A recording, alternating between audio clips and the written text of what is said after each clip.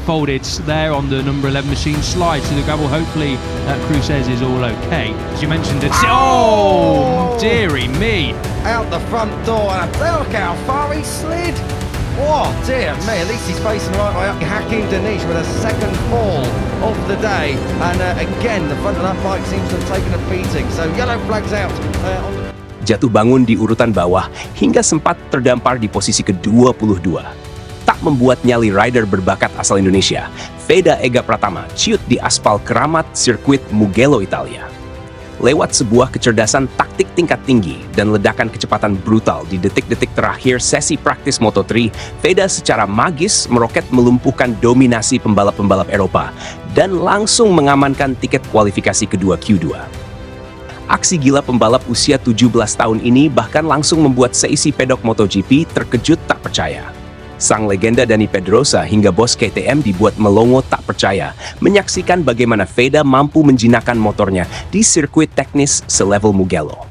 Di sisi lain, sang rival regional asal Malaysia Hakim Danish justru harus menelan pil pahit dan mencium kerasnya area gravel setelah mengalami kecelakaan high side yang mengerikan.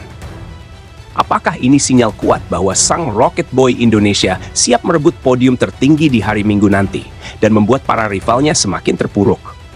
Dani Pedrosa sampai dibuat gemetar. Taktik cerdas rider berbahaya Indonesia hancurkan dominasi Eropa.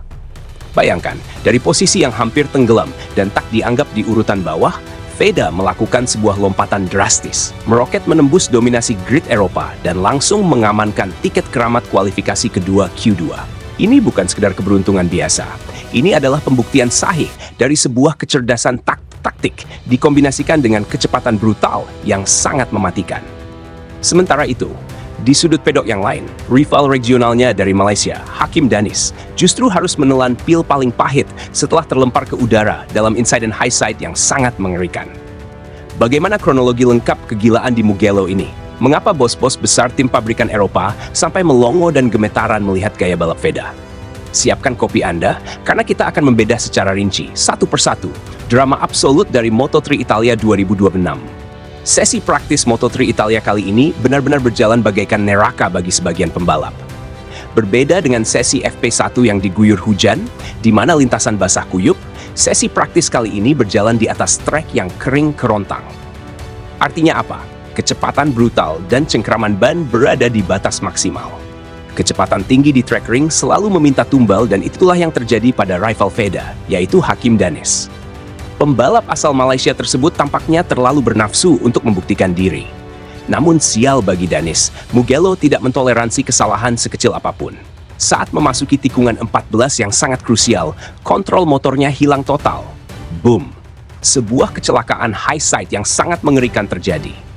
Hakim Danish terlempar tinggi ke udara. Melayang tak berdaya sebelum akhirnya terhempas keras dan mencium area gravel. Sungguh sebuah pemandangan yang membuat nyali pembalap lain menciut. Beruntung, Danish tidak mengalami cedera fatal dan bisa langsung berdiri. Tapi, mari kita bicara jujur dan tajam di sini. Sementara Hakim Danish sibuk bergulat dengan debu gravel dan harus rela merasot jatuh ke posisi ke-21 karena gagal mengendalikan ego dan motornya, Feda Ega Pratama justru sedang merajut sebuah mahakarya terbaik. Taktik di atas lintasan. Hakim Danish boleh saja sesumbar di awal musim, namun di Mugello, sirkuit kelas Eropa yang sesungguhnya, terlihat jelas siapa yang memiliki mental baja dan siapa yang gampang goyah di bawah tekanan. Saat rivalnya terpuruk di luar posisi 20 besar, Feda justru sedang bersiap meluncurkan rudal kecepatannya. Sekarang, mari kita bedah satu persatu bagaimana jalannya sesi berdarah-darah ini bagi Feda Ega Pratama. Perjuangan Feda di awal sesi sama sekali tidak mudah. Pembalap berusia 17 tahun ini benar-benar harus merangkak dari bawah. Pada sesi FP1 di trek basah, Feda sempat tertahan di urutan ke-20 dengan catatan waktu 2 menit 12,954 detik. Banyak pengamat meremehkan, mengira Feda akan kesulitan beradaptasi dengan karakter sirkuit Italia yang sangat cepat ini. Bahkan saat sesi praktis utama dimulai, Feda masih terlihat kesulitan mencari ritme terbaiknya. Di awal sesi, Feda terlempar ke posisi 18. Alih-alih naik seiring berjalannya waktu, posisi Feda justru semakin merosot akibat sengitnya persaingan dari pembalap-pembalap Eropa. Memasuki 15 menit terakhir, situasi semakin genting. Veda terdampar di posisi ke-21 dari 26 pembalap yang berlaga. Bayangkan tekanan mental yang harus dihadapi anak muda ini. Sesi tersisa 2 menit dan Veda masih saja tertahan di urutan ke-22. Namun disinilah letak kehebatan seorang rider berbahaya. Di saat para rival mengira Veda sudah habis dan akan terlempar ke sesi Q1, Veda menunjukkan apa itu kecerdasan taktik tingkat tinggi.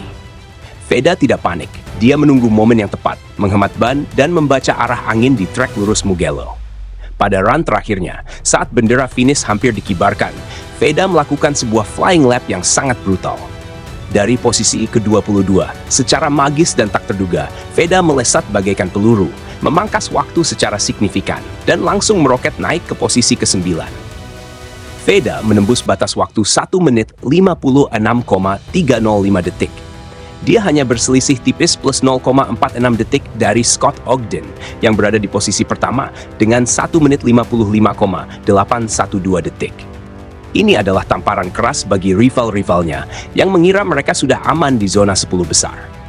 Keberhasilan Veda menembus posisi ke-9 dan langsung lolos ke Q2 tanpa harus melewati Q1 benar-benar mengguncangkan seluruh isi pedok MotoGP di Italia.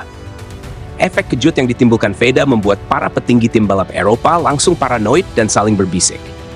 Tidak main-main, sang legenda MotoGP Dani Pedrosa sampai tertegun melihat grafik peningkatan performa Veda.